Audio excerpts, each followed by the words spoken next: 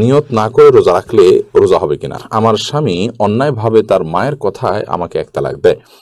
এখন সে ভুল বুঝতে পেরে আবার ফিরতে চায়, কিন্তু তার মায়ের অন্যায় জেদ এখনো বিরাজমান, আমায় মানবে না। এখন করণীয় কি?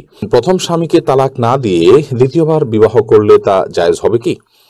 দ্বিতীয় বিয়ে যদি জায়েজ না হয় তাহলে প্রথম স্বামী তার জন্য জায়েজ থাকবে কিনা দয়া করে জানাবেন। আমি যদি মেয়েদের জিনিস বিক্রি করি যেমন গয়না, এবং তারা যদি পর্দাবিহীন তা ব্যবহার করে তাহলে কি আমার গুনাহ হবে?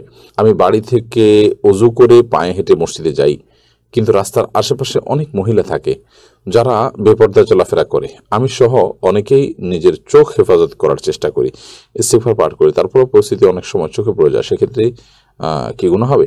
নন মাহরামদের সাথে কি ফোনে বেশি কথা বলা যাবে না? শুক্রবার বিকেলে আশীর্বাদ দুরূদ পাঠ করলে নাকি 80 বছরের গুনাহ মাফ। নামাজের বাইরের সময় আমার গ্যাসের একদম সমস্যা হয় না, কিন্তু অজু করার সাথে সাথে আমাকে সমস্যার সম্মুখীন হতে হয়, অনেক কষ্ট করে অজু ধরে রাখতে হয়। কি করতে পারি একটু দয়া করে বলবেন। না, নিয়ত ছাড়া কোনো আমল আল্লাহর কাছে গ্রহণযোগ্য হবে না। ইন্নামাল আমালু বিন্নিয়াত। বিধায় আপনি সারাদিন না খেয়ে থাকলেন, এবং না খেয়ে থাকাটা হয়তো আপনার গ্যাসের কারণে, অসুস্থতার কারণে, কিংবা কোনো ডায়েট করার জন্য, কিংবা খাদ্যের অভাবের কারণে আপনি না খেয়ে থাকছেন। তো এই না খেয়ে থাকাটাকে আপনি ইবাদত হিসাবে গণ্য করতে পারবেন না, এবং এটা হিসাবে গণ্য হবে না যদি আপনার মধ্যে রোজার নিয়ত না থাকে। হ্যাঁ, আপনি যেটাকে যথাসময় রোজার নিয়ত করেছেন, দুপুরে 10টা পর্যন্ত 9টা পর্যন্ত আপনি খান না, এরপরে আপনি নিয়ত করেছেন ঠিক আছে আজকে তাহলে আমি রোজা রাখলাম। এই যে নিয়ত করলাম, রোজা রাখলাম, যে আমি না খেয়ে থাকছি আল্লাহকে খুশি করার জন্য, এটা একটা ইবাদত, সেই হিসাবে না খেয়ে থাকছি, তাহলে সেক্ষেত্রে আপনার সওয়াব হবে। আমার স্বামী অন্যায়ভাবে তার মায়ের কথায় আমাকে এক তালাক দেয়। এখন সে ভুল বুঝতে পেরে আবার ফিরতে চায়, কিন্তু তার মায়ের অন্যায় জেদ এখনো বিরাজমান, আমায় মানবে না। এখন করণীয় কি?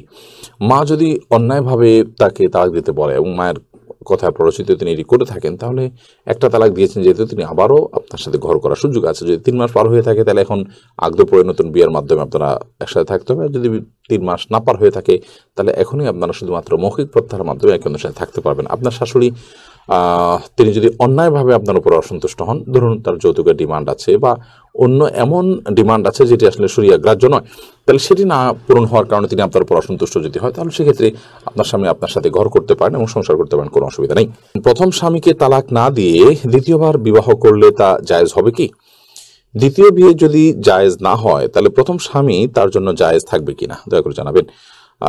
প্রথম স্বামীর সাথে যদি বিচ্ছেদ না হয় তাহলে দ্বিতীয়বার যদি কোনো নারী বিয়েতে আবদ্ধ হন তাহলে সেটি জায়েজ হবে না, পরে বিয়েটা বাতিল হিসেবে গণ্য হবে, এটা বিয়েই না, যার কারণে সেটি আপনার কার্যকরী হবে না। আর দ্বিতীয় বিয়ে জায়েজ না থাকার কারণে আপনার প্রথম স্বামীর স্ত্রী হিসাবে তিনি বলবৎ আছেন এবং সেটাই থাকবেন, এবং সেখানে বিয়ে শাদীর কোনো কিছুর প্রয়োজন নাই, কারণ পর বিয়েটা তো হয় নাই, ওটা হওয়া না হওয়া সমান।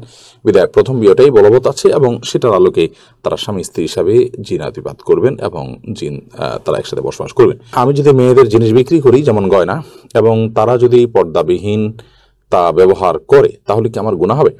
মেয়েদের জিনিস আপনি বিক্রি করছেন, গহনা, এই গহনা সে পর্দাবিহীন গায়ে মাহরামকে দেখাতে পারে, আবার মাহরামকে দেখাতে পারে, বাসা বাড়িতে পরে থাকতে পারে, এটার ব্যবহার বিভিন্ন রকম হতে পারে, ভালো মন্দ বিভিন্ন ক্ষেত্রে।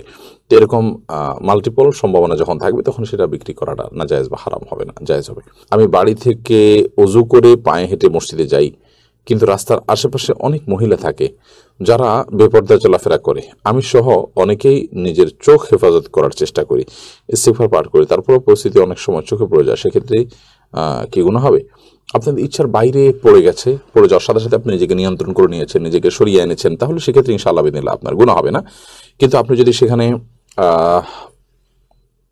খুব বিশেষ মনোযোগ সহকারে দেখেন এবং গুরুত্ব সহকারে দেখেন এবং একবার নজর পড়ার পর আবারও আপনি সেই নজরটাকে কন্টিনিউ করেন, তাহলে সেটা জায়েজ হবে না। কারণ নবী করিম সাল্লাল্লাহু আলাইহি ওয়াসাল্লাম হযরত আলী রাদিয়াল্লাহু আনহুকে বলেছেন, ইয়া আলী লা তুতবিআন নাজরাতান নাজরাতা ফাইন্না লাকাল উলা ওয়া লাইসা লাকাল আখিরা। হে আলী, তুমি কোনো পর্ণার দিকে দৃষ্টিপাত হয়ে গেলে একবার দেখার পর দ্বিতীয়বার তুমি দেখতে যাবে না, কারণ তুমি প্রথমবার যেটা ইচ্ছার বাইরে পড়ে গিয়েছিল সেটা তোমার জন্য জায়েজ হবে, হারাম হবে না, কিন্তু পরবর্তীটা হারাম হবে তোমার জন্য। বিধায় আপনি দেখেছেন, দেখার পর ওটা তাকিয়ে থাকলেন অপলক্ষে, এই যে কন্টিনিউ করেন, এটা দ্বিতীয়বার দেখার সমতুল্য হবে।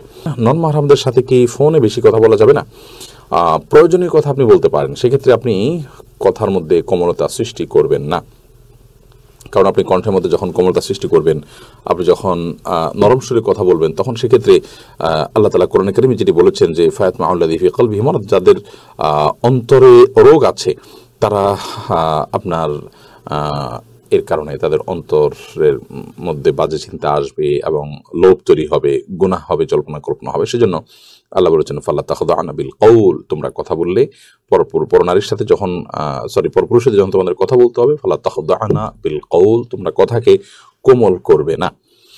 বিধায় আপনি কোমল করবেন না, এছাড়া কথা আপনি বলতে পারেন, কিন্তু প্রয়োজন ছাড়া বেহুদা কথাও বলতে পারবেন না। যেমন আপনি লম্বা চড়া আলাপ করলেন অপ্রয়োজনীয় কথা, সেগুলো আস্তে আস্তে আপনাকে মন্দ দিকে নিয়ে যেতে পারে বা তার মনের মধ্যে কোনো গুনাহের ভাব উদ্রেক করতে পারে। শুক্রবার বিকেলে 80 বার দুরূদ পাঠ করলে নাকি 80 বছরের গুনাহ মাফ হয়। এই হাদিসটি বিশুদ্ধতার মানদণ্ডে উত্তীর্ণ না, বরং এটি খুবই দুর্বল পর্যায়ের হাদিস, যার কারণে এই হাদিসকে এইভাবে আপনার বিশুদ্ধ হাদিসের মতো করে মনে করার কোনো কারণ নেই, বরং এটি আমল করার মতো এরকম মানে গ্রহণযোগ্যতার লেভেল পর্যন্ত ওঠার মতো হাদিস আসলে এটি নয়। নামাজের বাইরের সময় আমার গ্যাসের একদম সমস্যা হয় না, কিন্তু অজু করার সাথে সাথে আমাকে সমস্যার সম্মুখীন হতে হয়, অনেক কষ্ট করে অজু ধরে রাখতে হয়। কি করতে পারি একটু দয়া করে বলবেন। নামাজের বাইরের সময় গ্যাসের সমস্যা হয় না, কিন্তু নামাজ দাঁড়ালে শুরু হয়ে যায়। এটা কোনো দুষ্ট জিনের উপদ্রব কিনা, ব্ল্যাক ম্যাজিকের কারণে কিনা, সেটা আপনার দেখা দরকার, এবং সেটার জন্য আপনি রাকিদের শরণাপন্ন হয়ে ট্রিটমেন্ট করা উচিত। বিশেষ করে কোরআন কারিমের তেলাওয়াত, জিকিরের পরিমাণ বাড়িয়ে দেওয়া উচিত। কিন্তু সালাতের মধ্যে আপনাকে উজু ধরে রাখতেই হবে, কারণ উজু আপনার ছুটে গেলে আবার নতুন করে উজু করে আপনাকে সালাত আদায় করতে হবে।